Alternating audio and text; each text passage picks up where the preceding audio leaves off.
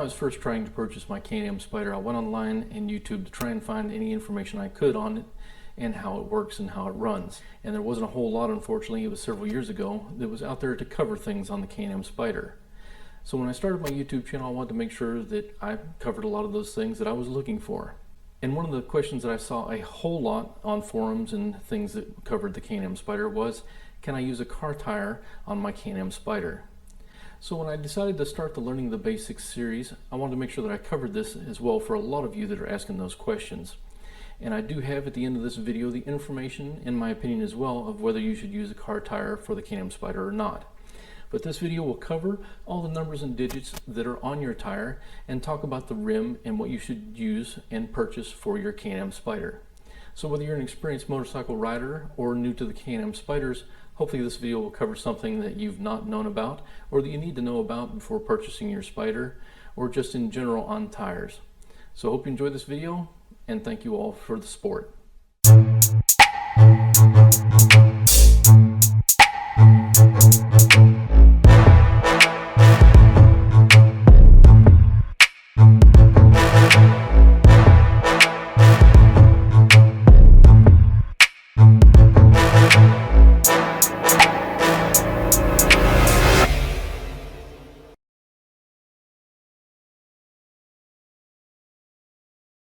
Now before we begin, I want to cover a few terms quickly, so when talking about the tire, if you don't know what these parts are called, this will help in the video.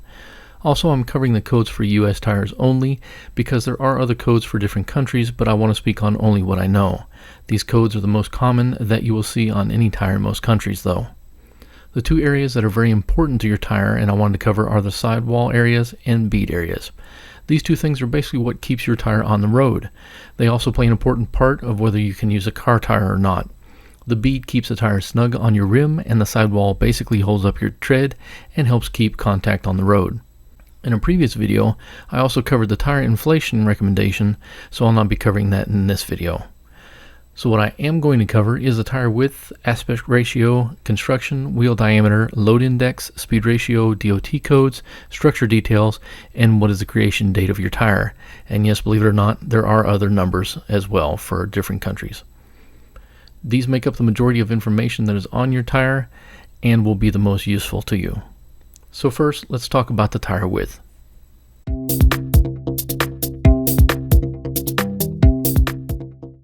So for the tire width, at the beginning or end of the series of these numbers, you will see letters that represent what type of vehicle the tire is for.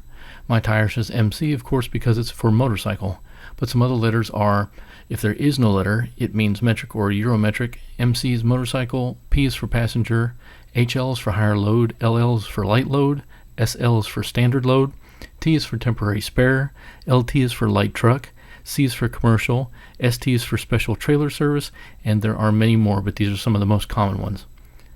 Next will be the tire width. This is a measurement in millimeters from sidewall to sidewall, followed by the aspect ratio, which represents the sidewall height. The third item will be the type of construction the tire is. R will be radial, B will be belted, D will be bias ply, and RF means run flat. The last number in this series will be the wheel diameter, which usually refers to the size rim you have.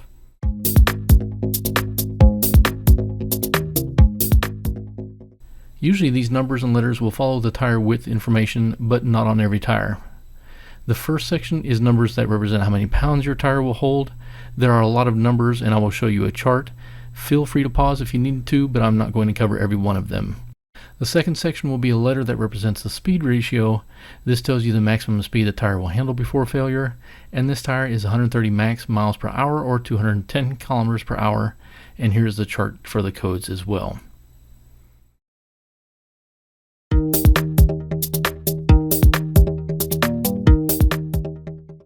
Now for DOT codes, this section of numbers will usually be to the right of the DOT letters.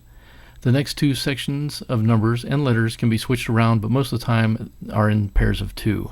So on this Kenda tire, the tire size codes are the first two numbers and letters followed by the manufacturer plant code.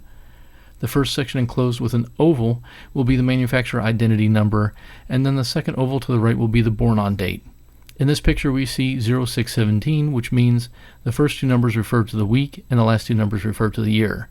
So this tire was built on the 6th week of the year 2017.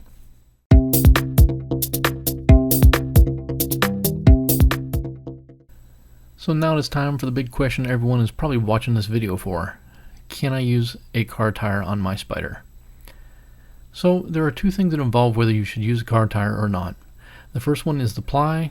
On this Kenda tire for the Spyder, the ply of the treads are 3 and the sidewall is only 1. In the chart I show here, you can see that tires for cars have different amounts of plies. Ply in simple terms refers to how strong the tire is going to be. The more plies, the stronger the tire. The less plies, the weaker the tire, or more flexible, softer the tire will be. So as an example, if you're going off-roading in a Jeep or a truck and are worried about rocks, you would want the most plies possible to keep from things being punctured. You wouldn't want the softest racing tire put on the Jeep or the truck. Now the biggest telltale sign of whether you can use a car tire is this little item here.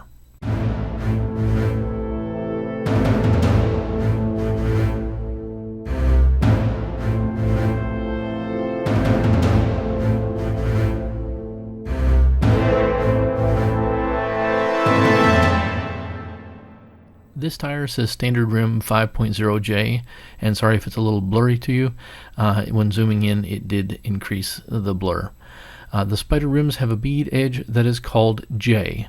As you see in this picture, there are different types of rims and measurements that a rim has in order for a tire to set properly against the rim, and a motorcycle does have a different rim type than J.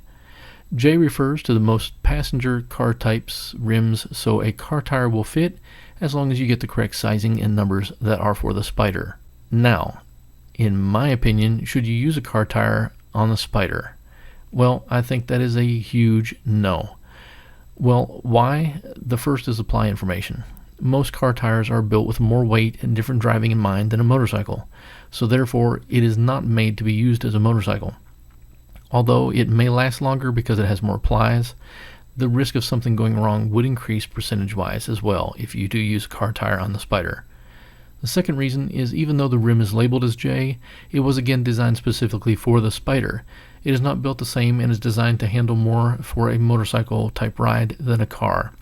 Third is how much money you are really saving, and could this cause issues for insurance if something happened. Well, while I was looking for a new bag tire for the Spyder, I didn't notice that much of a difference in pricing. Sure, I might save $20, but really if I'm safer buying a motorcycle tire, why cut corners? My life and yours are worth more than a few dollars saved.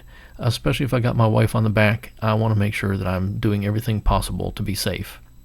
So my advice is just don't do it. So I'm sure there are things in this video that I didn't cover, and I'm more than happy to help if you comment any questions, but I truly hope that this video helps you in some way and that you enjoyed it. Stay safe and ride happy, and thanks again for watching.